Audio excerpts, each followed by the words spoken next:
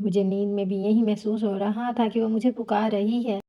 بالآخر مجھے نیند آ گئی تو وہ لڑکی خواب میں دوبارہ سے آ گئی اور مجھے بلا رہی تھی۔ خواب سے میری جاگ ہو گئی۔ وہ لڑکی دماغ پر بری طرح سے مسلط ہو چکی تھی۔ وہ لڑکی جان بوجھ کر میرے خواب میں آ رہی ہے۔ شاید وہ کسی مصیبت میں ہے اور مجھے اس کی مدد کرنے کے لیے چن لیا گیا ہے۔ یہ احساس بہت ہی ہلکا کر دینے والا تھا۔ اب مجھے فکر تھی کہ وہ لڑکی مجھے ملے گی تو کہاں ملے گی، اور ادھر سے اماں میرے رشتے دیکھ رہی تھی۔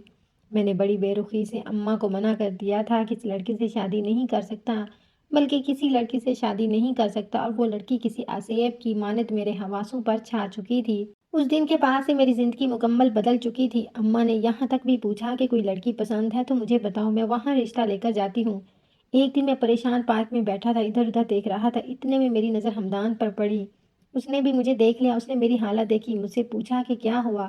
میں نے اسے کہا کہ مجھے یہاں سے کہیں اور لے چلو ورنہ میری جان نکل جائے گی۔ وہ ٹھٹک کر رکا، پھر پھرتی سے میرا ہاتھ پکڑ کر کھڑا کیا۔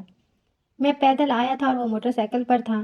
مجھے اپنے ساتھ بٹھا کر وہ ایک مرتبہ پھر سے انہی گلیوں پر موٹر سائیکل دوڑانے لگا جن پر میں ایک مرتبہ پہلے بھی آ چکا تھا۔ میں اس راستے کو پہچان گیا تھا، مگر آج میں ہمدان کو نہیں روک سکا۔ اب وہ مجھے جہاں بھی لے جانا چاہے لے جا سکتا تھا۔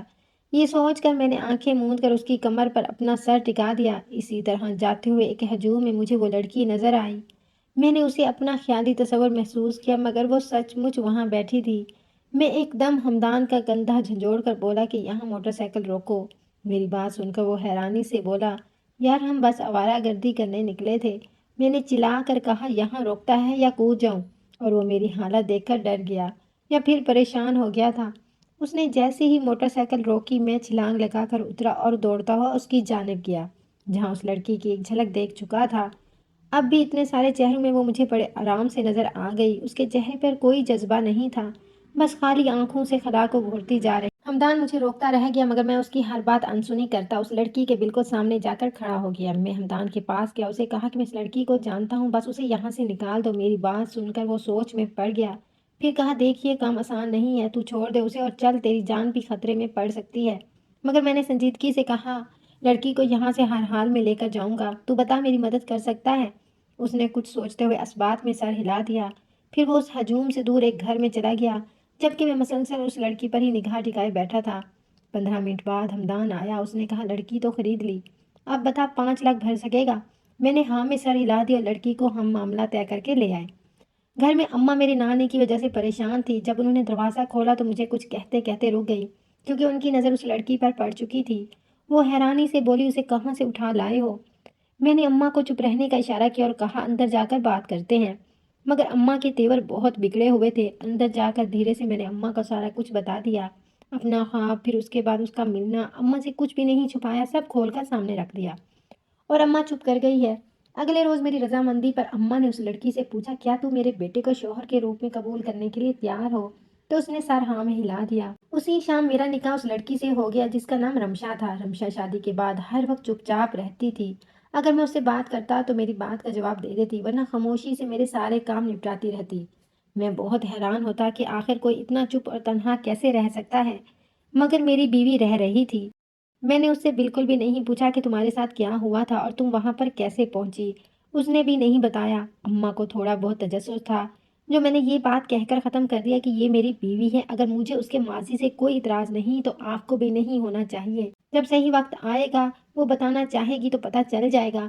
اماں سمجھدار خاتون تھی، میری بات پر چپ کر گئی۔ ایک بات جو میرے خواب میں ایک جیسی تھی، وہ رمشا کی صورت اور اس کی نمازیں تھیں۔ جیسی وہ خواب میں نماز بڑے شوق سے پڑھتی دکھائی دیتی تھی، حقیقت میں بھی وہ نمازیں پڑھا کرتی تھی، کبھی رونے لگ جاتی۔ ایک دن وہ نماز پڑھ رہی تھی اور کافی دیر سجدے سے نہیں اٹھی۔ میں پریشان ہو کر آگے بڑھا تو دیکھا وہ سو رہی تھی۔ مجھے اس پر بہت ترس اور پیار آیا۔ میں نے اسے اٹھا کر آرام سے بستر پر لٹایا، پھر جائے نماز اٹھائی تو دنگ رہ گیا۔ اس کے نیچے ایک تصویر پڑی تھی جس میں بہت سارے لوگ تھے، 8 لوگ اس تصویر میں تھے، اس میں وہ بھی نظر آ رہی تھی۔ میں نے حیرانی سے سوچا، اگر اس کے گھر والے ہیں، یہ لاوارث نہیں، تو پھر ان کے پاس کیوں نہیں جاتی؟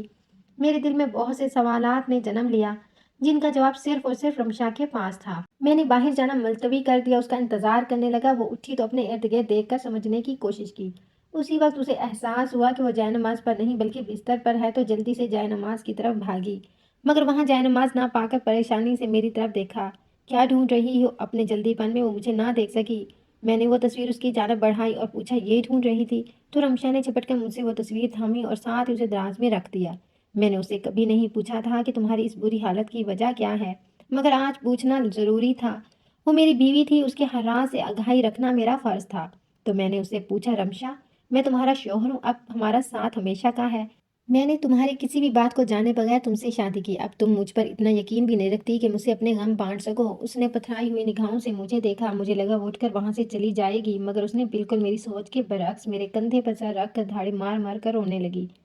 ساتھ بولی، وہ ہمیں نوچ کر کھا گئے، میرا گھر تباہ کر دیا، میرے والدین مر گئے، کوئی نہیں بچا، صرف بچی تو مجھے بھی بیچ دیا۔ ہم کافی امیر تھے، میری چچی نے ہمارے خاندان پر کالے جادو کر کے میرا پورا گھرانہ اجاڑ دیا۔ ایک کے بعد ایک مرنے لگا اور وہ دولت ساری چچی کے ہاتھ آ گئی۔ اس نے ہمارے گھر پر بھی قبضہ کر لیا، میں بچ گئی تو اس نے مجھے کوٹھے پر بیچ دیا۔ وہ میری پہلی رات تھی جب مجھے دھندے پر بٹھانا تھا، مگر اسی وقت آپ آ گئے اور میری زندگی بچ گئی۔